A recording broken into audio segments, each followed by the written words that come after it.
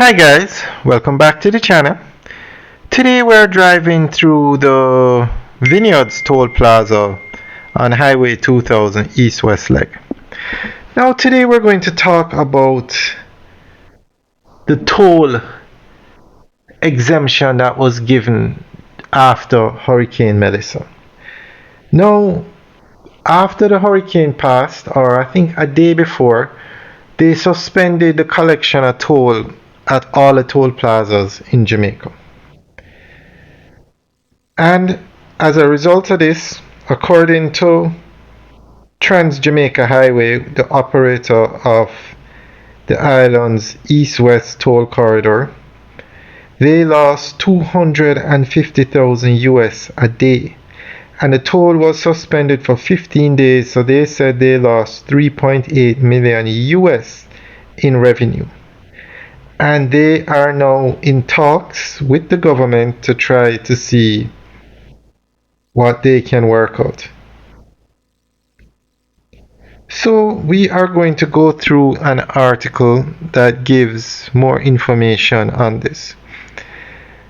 And I am a bit surprised. I know these toll plazas make money, but 250,000, what's the figure? Exact figure. 254,000 US a day? That is a lot of money. And we really have to ask what, well, they're a private company, so we'll leave that alone. But with the toll making that kind of money, why don't we have a toll road going from Kingston to Montego Bay, Kingston to Negril, Negril to Montego Bay? We will talk about that in another video. Today we're going to talk about the suspension of the toll and the negotiations going on between Trans Jamaica Highway and the government, who must pay this 3.8 billion in lost revenue. As Jamaica continues to recover from the widespread devastation caused by Hurricane Melissa, the country is facing not only the physical destruction of infrastructure, but also complex economic aftershocks. Among the most significant is a toll revenue dispute now unfolding between the Government of Jamaica and Trans Jamaica Highway Limited, operator of the island's major east-west toll corridor.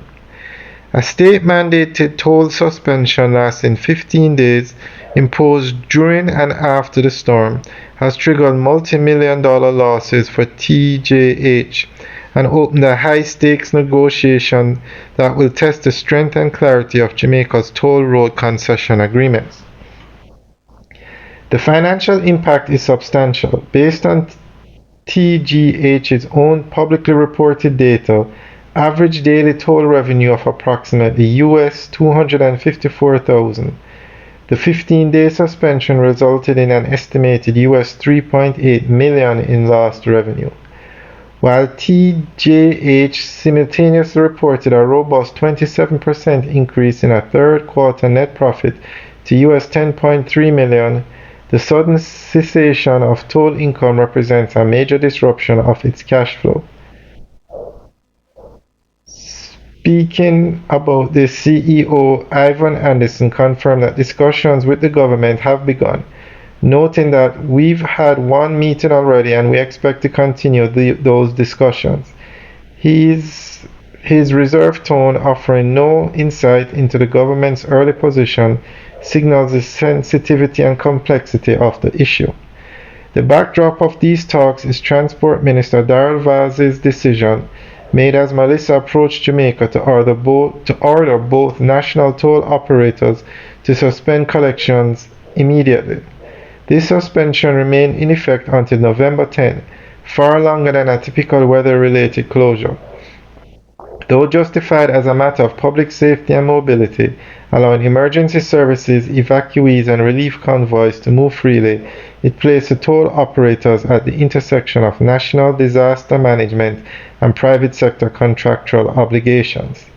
Central to the unfolding negotiation is TJH's 35-year concession agreement, a contract designed to guarantee predictable revenue to support the highway's operations, maintenance, debt servicing, and investor obligations.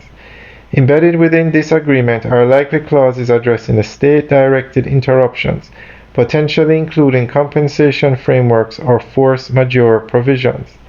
Whether a hurricane combined with a ministerial directive qualifies under these clauses is a question now facing legal and financial teams on both sides.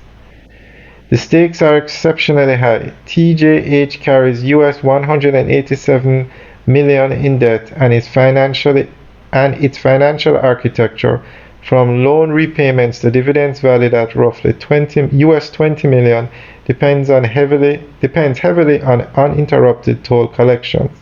A 15-day suspension may seem brief in the context of national recovery, but for a concessionaire with razor-thin operational margins, such a halt can ripple through its financial ecosystem. Alright guys, that's the end of the update article.